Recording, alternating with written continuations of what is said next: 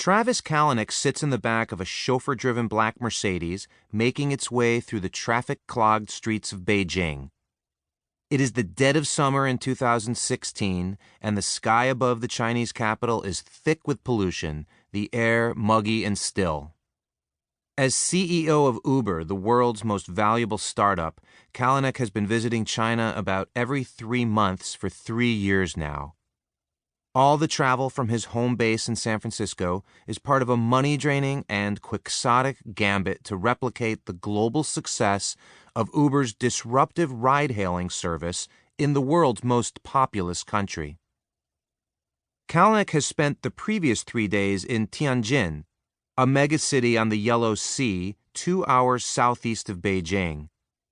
There, he was a co-chair of the World Economic Forum's, WEF, New Champions meeting, the so-called Summer Davos. Weeks shy of his 40th birthday, Kalanick was the toast of Tianjin, where he enjoyed the considerable fringe benefits of his newfound worldwide prominence. The California startup he runs has been around a mere 6 years, yet at the off-season International Gabfest, he scored an audience with the second most powerful government official in China, Premier Li Keqiang. Kalanick appeared on WEF panels moderated by Western and Chinese broadcasters, gamely attempted to flip a traditional pancake over an intimate dinner with the managers responsible for Uber's local operations in Tianjin, and huddled with his entrepreneurial peers. Among them was Lei Jun, founder of the highly valued Chinese smartphone maker Xiaomi.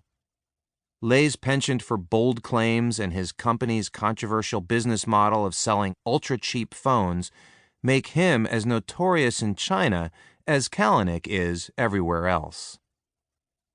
Already, Kalanick's trip is a success, judged at least through the prism of the image-enhancing mentions he has racked up in the Chinese and international press. Li, the Chinese premier and an outspoken promoter of entrepreneurialism in China, called Kalanick a pioneer. He said this in English, a flattering flourish and tidbit the Uber CEO's China-based minions dutifully fed to the local press.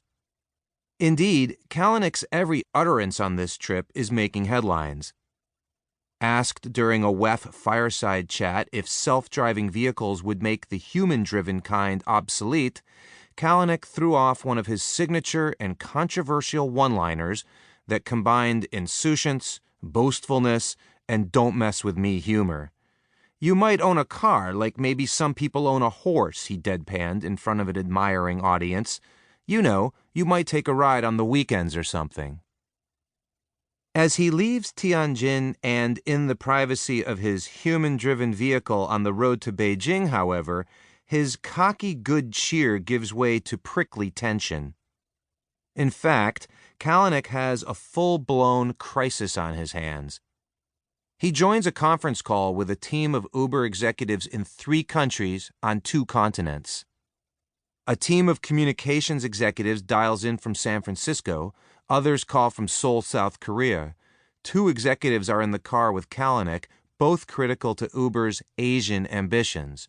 One is Emil Michael, Uber's chief business officer and the CEO's all-purpose right-hand man, to whom on this very trip Kalanick has delegated the role of engaging in high-stakes and secretive negotiations to sell Uber's China business to its chief rival, Didi Chuxing.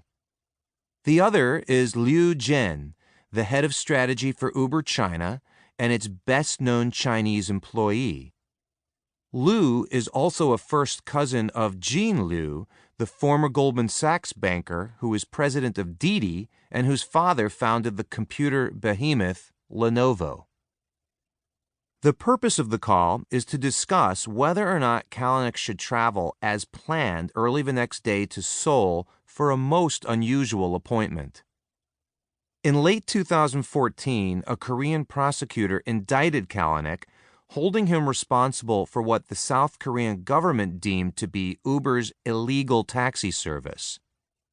This service was a version of the company's popular UberX service in the United States, in which amateur drivers use their own cars to serve passengers. Kalanick agreed to appear in court to answer the charges.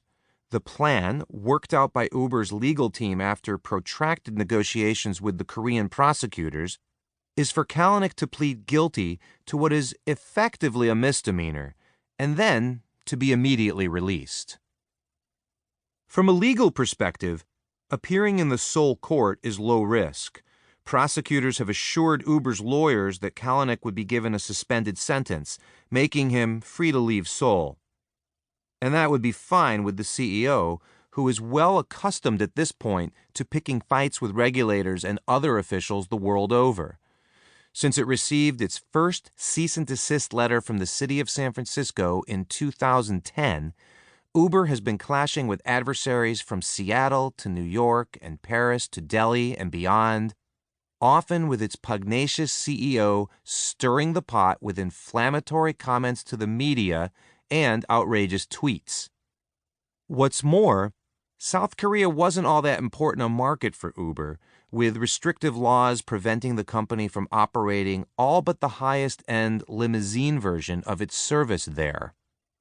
Uber's motivation in settling the case, therefore, wasn't so much about commerce as about eliminating a pesky and embarrassing thorn in its CEO's side.